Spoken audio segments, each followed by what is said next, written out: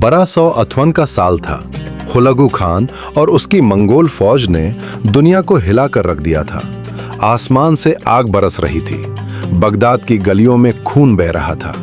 दुनिया की सबसे बड़ी लाइब्रेरीज को दरिया में फेंका जा रहा था और पानी का रंग इंक से ब्लैक हो चुका था।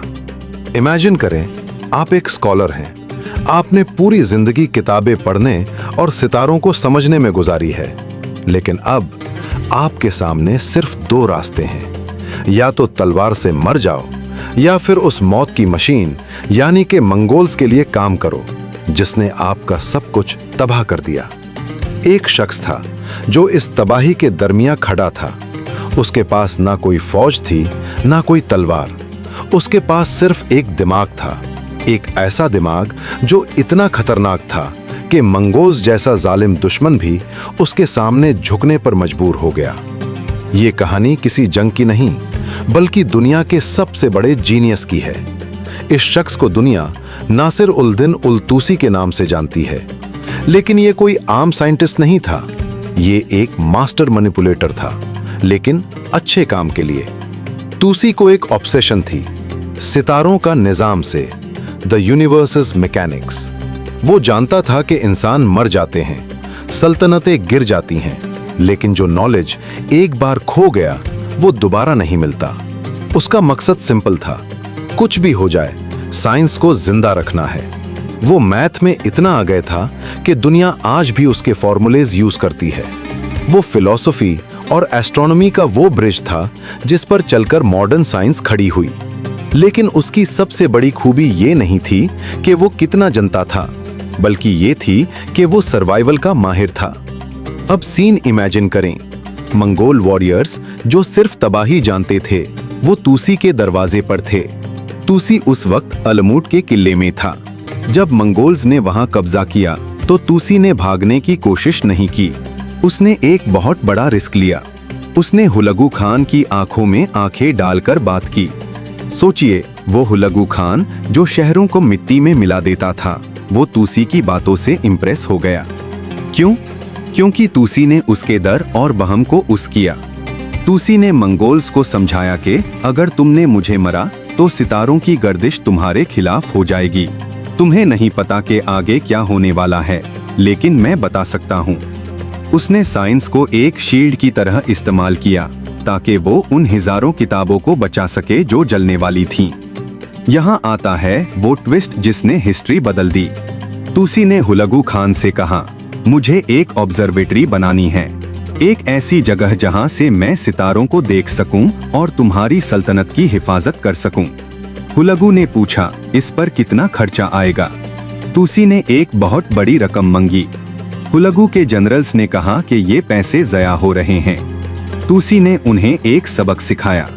उसने पहाड़ी की छोटी से एक बहुत बड़ा तांबे का बर्तन नीचे फेंकने को कहा।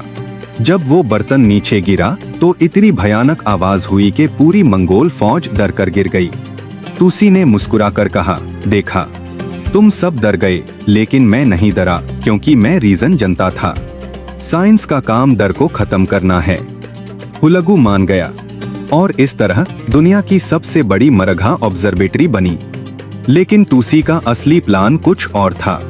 उसने इस ऑब्जर्वेटरी को सिर्फ सितारों के लिए नहीं बनाया, उसने इसे एक सेफ हेवन बनाया दुनिया भर के स्कॉलर्स के लिए। चीना से लेकर दमस्कस तक जितने भी साइंटिस्ट्स अपनी जान बचाकर भाग रहे थे, तूसी ने उन्हें वहां बुलाया। 4 लाख से ज्यादा किताबें उसने तबाही से बचाकर वहां जमा कर ली। जब दुनिया जल रही थी, तूसी एक नॉलेज आइलैंड बना चुका था। आपको लग रहा होगा कि ये पुरानी बातें हैं। बिल्कुल नहीं। आज हम जो मैथ पढ़ते हैं, जो ट्रिगोनोमेट्री हमें एग्जाम्स में तंग करती है, उसको एक इंडिपेंडेंट सब्जेक्ट तूसी ने बनाया था।